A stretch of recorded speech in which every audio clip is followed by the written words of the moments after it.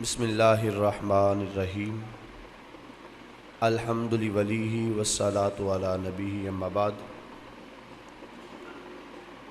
آج مجھے جس موضوع پر لب کشائی کرنے کی سعادت مل رہی ہے وہ وصیت کے مسائل کے حوالے سے ہے۔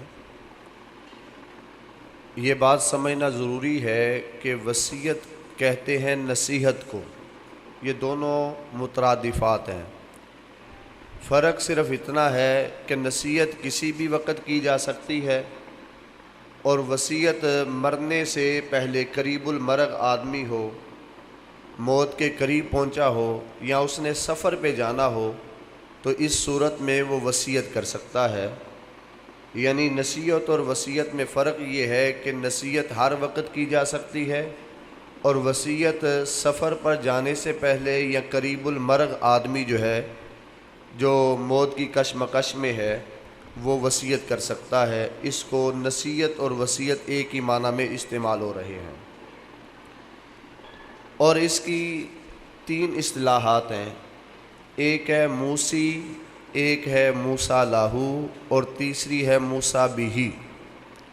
مثال کے طور پر موسی کہتے ہیں وصیت کرنے والے کو، جو وصیت کر رہا ہے اسے موسی کہتے ہیں۔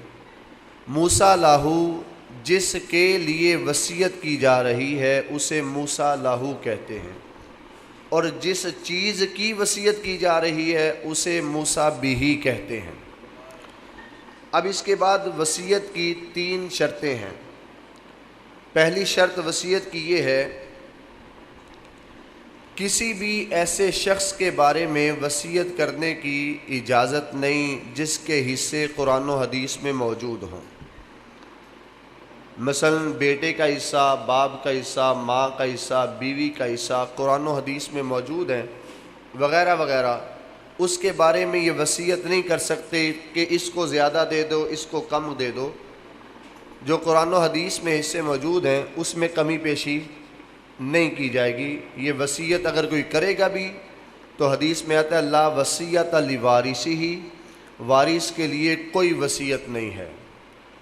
اور دوسری اس کی شرط یہ ہے کہ 1/3 سے زیادہ آپ وصیت نہیں کر سکتے۔ مثال کے طور پر آپ کے پاس 9 لاکھ روپیہ ہے تو آپ 9 لاکھ میں سے صرف 3 لاکھ پر وصیت کر سکتے ہیں، اس سے زیادہ پر آپ وصیت کا حق نہیں رکھتے۔ کیوں؟ نبی کریم صلی اللہ علیہ وسلم کا فرمان ہے، جب حضور صلی اللہ علیہ وسلم آپ نے حج کیا تو حضرت سعد بن ابی وقاص مکے میں بیمار ہو گئے، تو نبی کریم صلی اللہ علیہ وسلم ان کی عیادت کے لیے تشریف لائے تو حضرت سعد بن ابی وقاص انہوں نے عرض کی یا رسول اللہ صلی اللہ علیہ وسلم کیا میں اپنا سارا مال اللہ کی راہ میں دے سکتا ہوں؟ حضور صلی اللہ علیہ وسلم نے فرمایا نہیں۔ پھر کہا یا رسول اللہ آدھا مال؟ کہا نہیں۔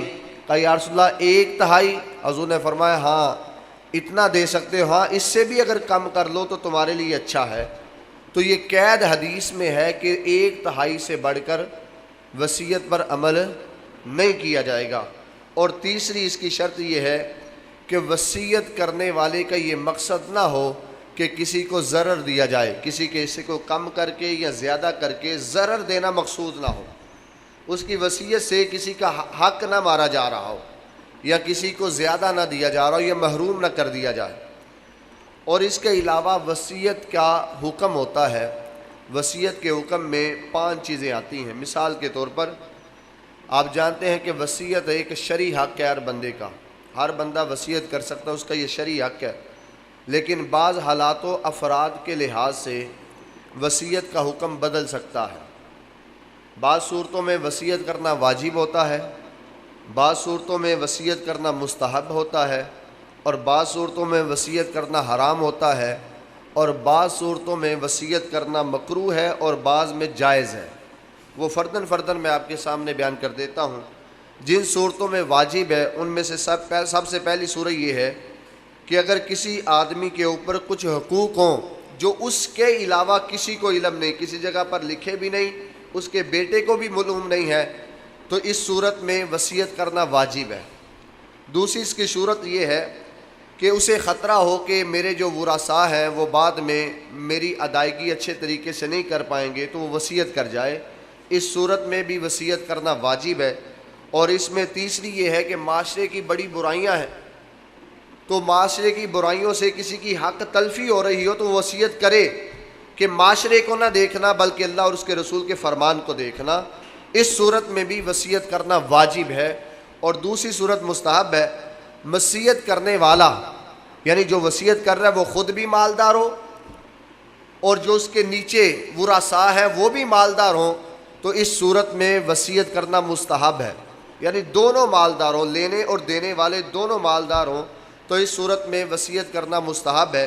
اور حرام اس صورت میں ہے کہ 1/3 سے زیادہ وصیت کی جائے، یہ حرام ہے۔ اس کے علاوہ جس کا حصہ قرآن و حدیث میں مقرر ہے اس سے اضافی یا کمی یا اسے محروم کرنے کے لیے وصیت کی جائے، یہ بھی حرام ہے۔ اور اس کے علاوہ کسی کو اس کے حصے سے محروم کر دینا یا کم دینا وصیت کے طور پر جو کہ قرآن و حدیث میں موجود ہیں، اس سے کمی یا زیادتی کرنا یہ بھی حرام ہے۔ اور چوتھی صورت مکروہ کی ہے۔ مکروہ کی صورت یہ ہے کہ وارث خود بھی غریب ہو اور جو یعنی وصیت کرنے والا خود بھی غریب ہو، اس کے وارث بھی غریب ہوں، دونوں یعنی غریب ہوں، تو اس صورت میں وصیت کرنا مکروہ ہے کسی اور کے لیے جبکہ ان کو ضرورت ہے، تو وہ کسی اور کے لیے وصیت، جبکہ اس کے پاس مال بھی اتنا زیادہ نہیں، اس کے نیچے والوں کے پاس بھی مال اتنا زیادہ نہیں، تو وہ کسی کے لیے وصیت نہیں کر سکتا۔ اس صورت میں وصیت کرنا جو ہے وہ مکروہ ہے۔ اور آخری جو جائز ہے، جو پہلے 4 صورتیں بیان کی گئی ہیں، اس کے علاوہ ہر صورت میں وصیت کرنا جائز ہے۔ اور اس کی ایک صورت یہ ہے کہ جو مرنے والا ہے وہ غریب ہو، نیچے والے لوگ جو ہیں اس کے امیر ہو، یعنی وارث امیر ہوں، تو اس صورت میں بھی وہ غریب آدمی کسی اور کے لیے وصیت کر سکتا ہے، چلو تمہارے پاس مال ہے تم نہ لو کسی اور کو دے دو، تو اس صورت میں بھی وصیت کرنا جائز ہے۔